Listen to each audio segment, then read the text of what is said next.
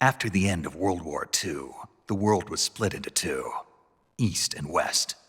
This marked the beginning of the era called the Cold War.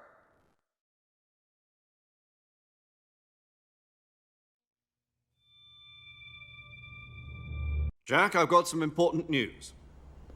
The head of the CIA has finally given us the green light for the Virtuous mission. Virtual mission? No, the Virtuous mission. The future of our Fox unit depends on it. If it succeeds, we'll be officially organized into a unit. Virtuous mission? Sounds like some kind of initiation ritual. Don't get cocky. This isn't a training op. Right. So what exactly is this wonderful mission? Well, about 2 years ago, a certain Soviet scientist requested asylum in the West through one of our moles. His name is Nikolai Stepanovich Sokolov. He's head of the OKB 754 Design Bureau, one of the Soviets' top-secret weapon research facilities, and the East's foremost expert on weapons development.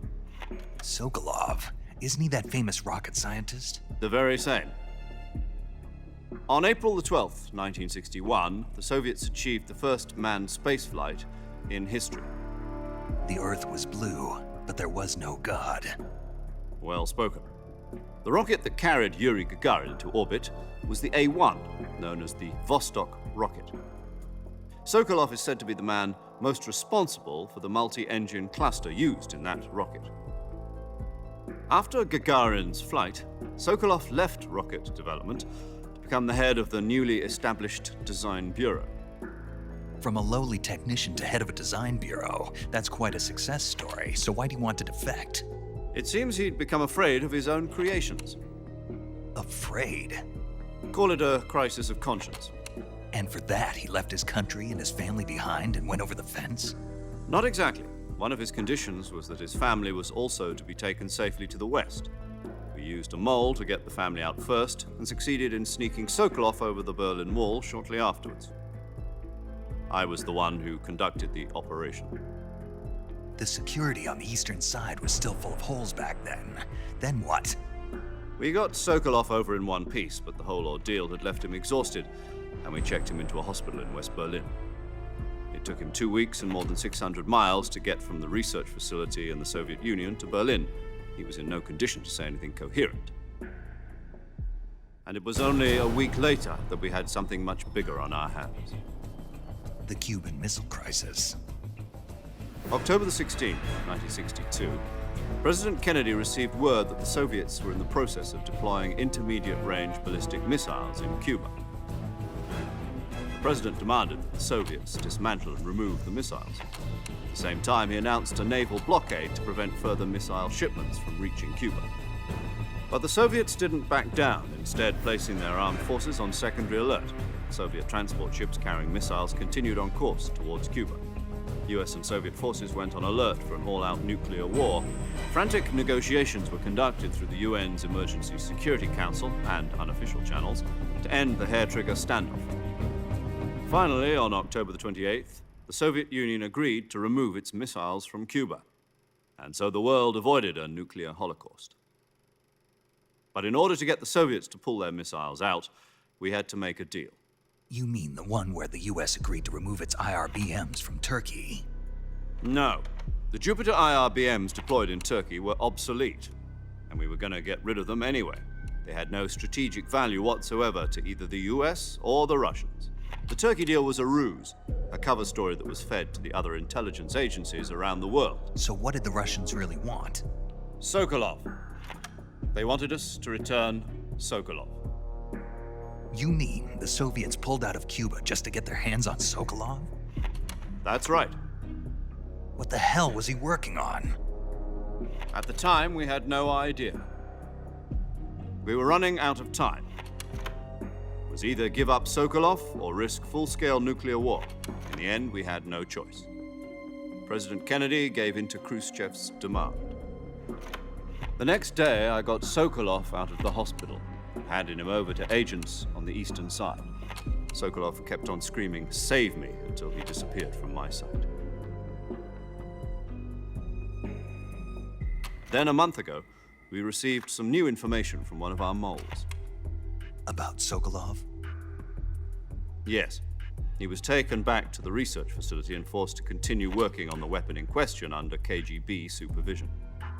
What's more, it's on the verge of completion. So what kind of weapon is it? Something to do with space rockets? No, missiles. Same technology. I guess you're right. We don't know the details, but it appears to be a new kind of nuclear device. For half a year now, the Soviets have been conducting frequent nuclear tests at Semipalatinsk. Something to do with the weapon, I assume. We're talking about a secret weapon so big that Khrushchev was ready to pull out of Cuba to get it back. Is Sokolov still in the facility?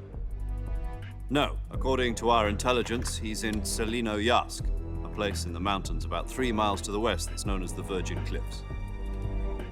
The Virgin Cliffs. Nice name for a virtuous mission. They moved him there just recently. Why? Apparently, they're conducting a field test of the weapon, but it's our best chance to get him back. This mission would never have been possible if he was still in the research facility. This is our last chance. Sokolov must have known that too when he contacted us.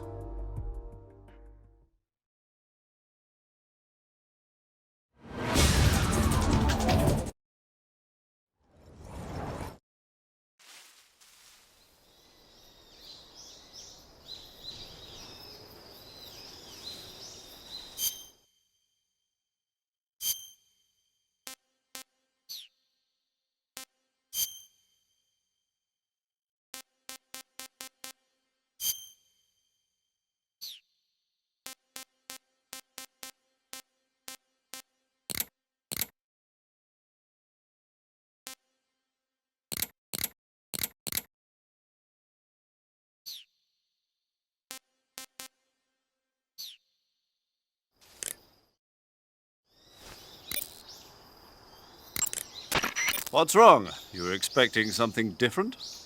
Now, go and find Sokolov and get him out of there.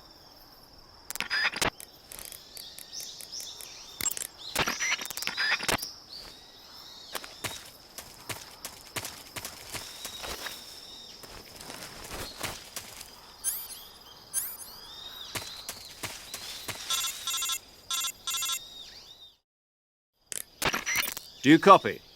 You're already in enemy territory, and somebody might be listening in. From here on out, we'll be using code names to refer to each other. Your code name for this mission will be Naked Snake. I'll be referring to you as Snake from now on. You're not to mention your real name. Snake? What, you don't like snakes? What do you mean? Well, you've eaten one before, haven't you? In survival training? I'm glad to hear that. I don't know if I'd ever order one in a restaurant, but... Be careful, you might not have a choice. What about you, Major? What should I call you? Let's see. I'll be Tom. Call me Major Tom. Oh, and Snake? Yeah, The crew isn't watching anymore. You can take off the disguise now. good idea. This isn't right. Time for the snake to shed his skin.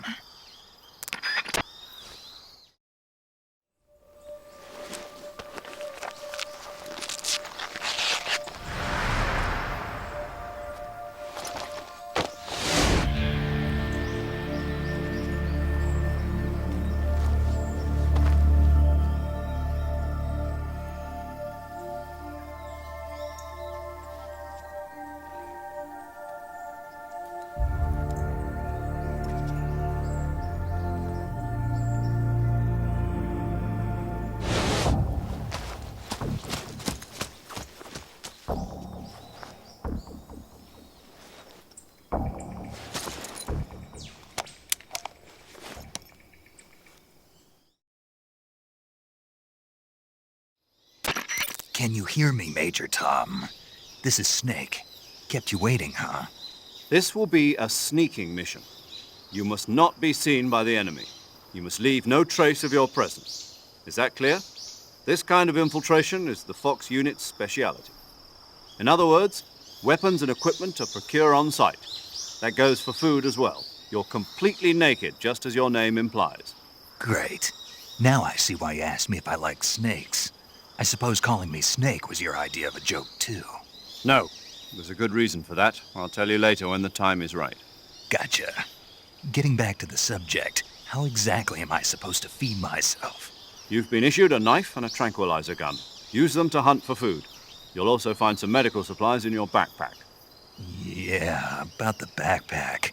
I lost it in a tree on the way down. I see. Well, you'd better go back and get it then. You know where it is? No problem. I can see it from here. It's stuck on a branch. To climb a tree, stand in front of a tree that's covered in ivy and press the action button. I'll be monitoring your progress over the radio. We can't risk violating Soviet airspace, but I'll be in the gunship. My frequency is 140.85. I'll give you a call if I need to talk to you. If you need to talk to me, use the send function. Okay, Snake, go get your backpack.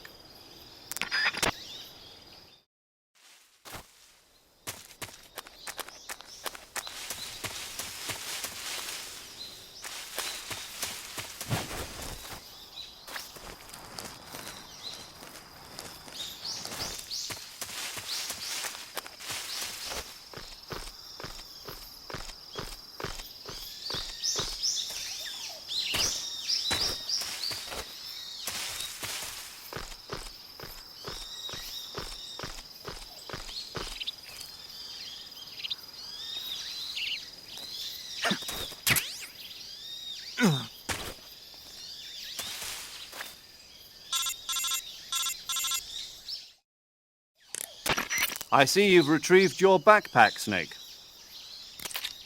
To equip a weapon, it's necessary to take it out of your backpack.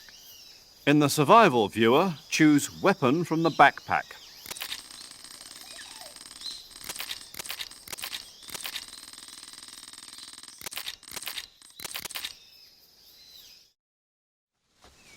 Snake, try to remember some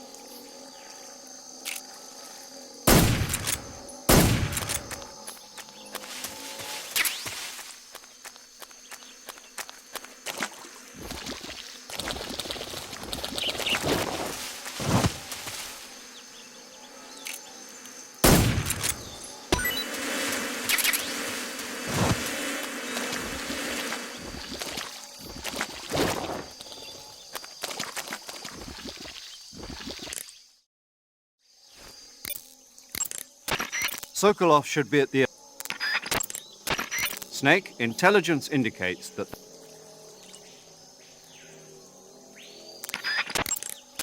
Snake, remember... I see you've got yourself a Baltic hornet's nest. Baltic hornets are a variety of hornets that inhabit that area. The difference between them and other hornets is that they produce honey in their nests. Inside the nests are larvae, pupa, and adults. You can eat them all. In particular, the honey you find inside the nest is delicious and full of nutrients. It's easy to digest and helps pep you up when you're feeling tired. In short, it's the perfect survival food. Honey can also be used as a burn ointment. When honey is applied to a burn, it creates a protective coating over the skin. When you knock down a hornet's nest, a burn ointment will appear along with it, so don't forget to pick it up. Of course, the hornets aren't going to give up their nest without a fight. If you knock a nest down, a large swarm of hornets will come flying out, so be careful.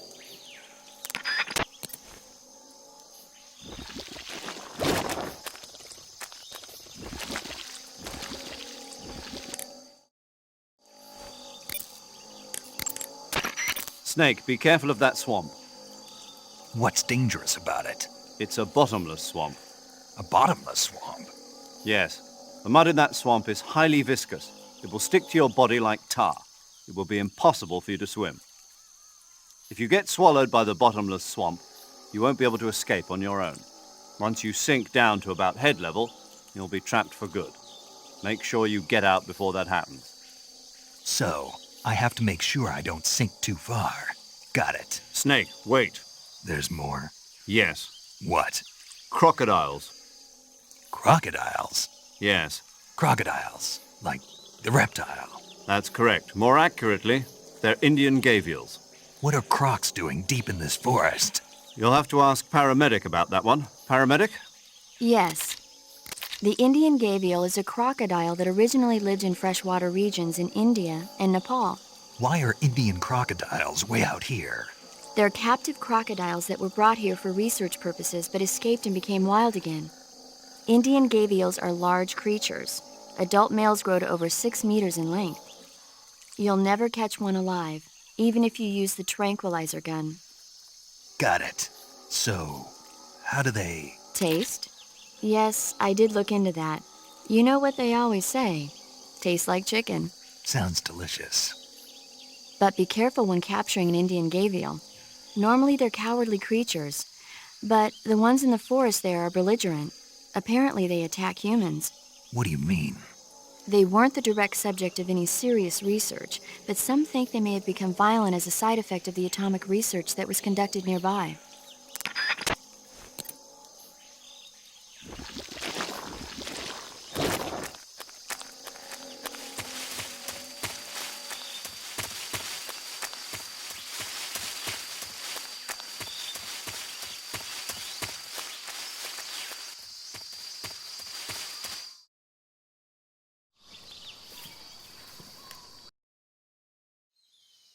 Snake, your presence in Soviet territory is already a violation of international law. We can't let the Kremlin find out that the CIA and the American government are involved. Contact with the enemy is strictly prohibited. Don't engage them in battle either. This is a stealth mission. Got that? The Major is right. The point of this mission is to sneak through the jungle without being seen. The success of the mission depends on how well you use your camouflage. Change your camouflage by selecting Camouflage from the Survival Viewer. The Uniform option lets you pick your uniform, while the Face option lets you change your face paint. Choosing camouflage that blends in with your surroundings will help you conceal yourself more effectively. Also, don't forget that anything that moves will stand out in the jungle.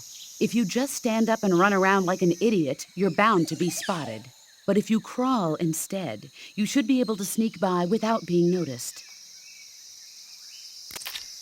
You can see how effective your camouflage is by looking at the Camo Index. The Camo Index shows how well your current camouflage blends in with the surrounding area. The higher the value, the harder you are to spot, and vice versa. The key is to make yourself one with nature. Keep that in mind as you go along, okay?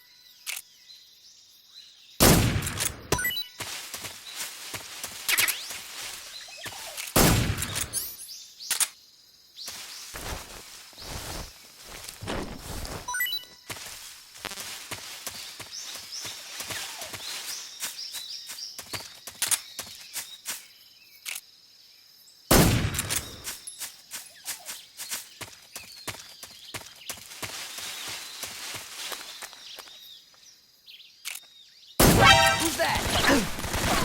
Radio, call HQ!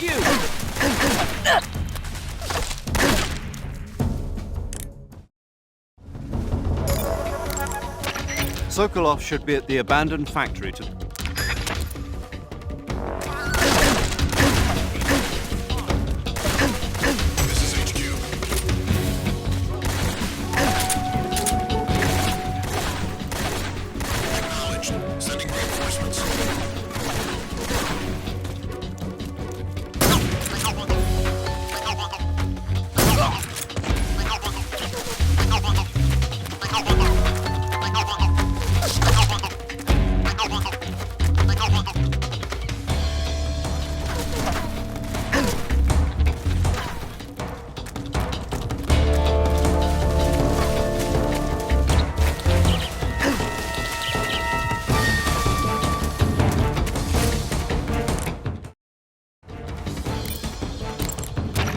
Sokolov should be at the...